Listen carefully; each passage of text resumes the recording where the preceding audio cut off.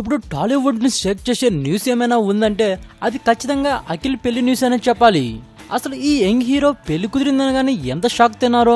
Engagement కూడా అయిపోయి పెళ్లికి సంబంధించిన ఏర్పాట్లు జరుగుతున్నప్పుడు ఆ పెళ్లి క్యాన్సిల్ అయిందంటే అంతకంటే షాకింగ్ న్యూస్ ఏమీ ఉండదు.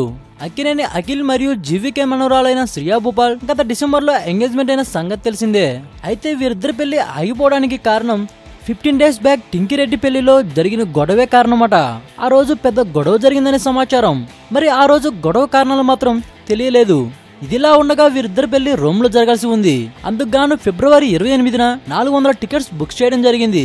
మొదట ఇటు అఖిల్ ఫ్యామిలీ అటు శ్రియా భూపాల్ ఫ్యామిలీ 18 నైట్న టికెట్లు బుక్ అవడంతో ఎయిర్పోర్ట్ లో మీడియాకి ఫోటో పోజ్ ఇవ్వడానికి నిరాకరించిందట శ్రియా.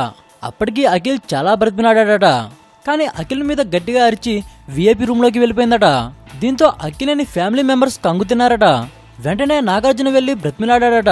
అప్పుడు శ్రియా, నువ్వు 2 పెళ్లిళ్ళు చేసుకున్నావు, నువ్వేటి నాకు చెప్పేది అని అన్నదట. దాంతో కోపం వచ్చిన నాగార్జున వెంటనే పెళ్లి క్యాన్సిల్ అని చెప్పేసి వచ్చేసాడట.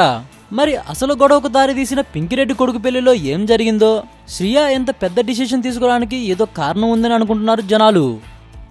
ఈ వీడియోపై మీ విలువైన కామెంట్స్ ని మాతో షేర్ చేసుకోండి. అండ్ ఇంకో విషయం, సబ్స్క్రైబ్ చేయడం మర్చిపోకండి.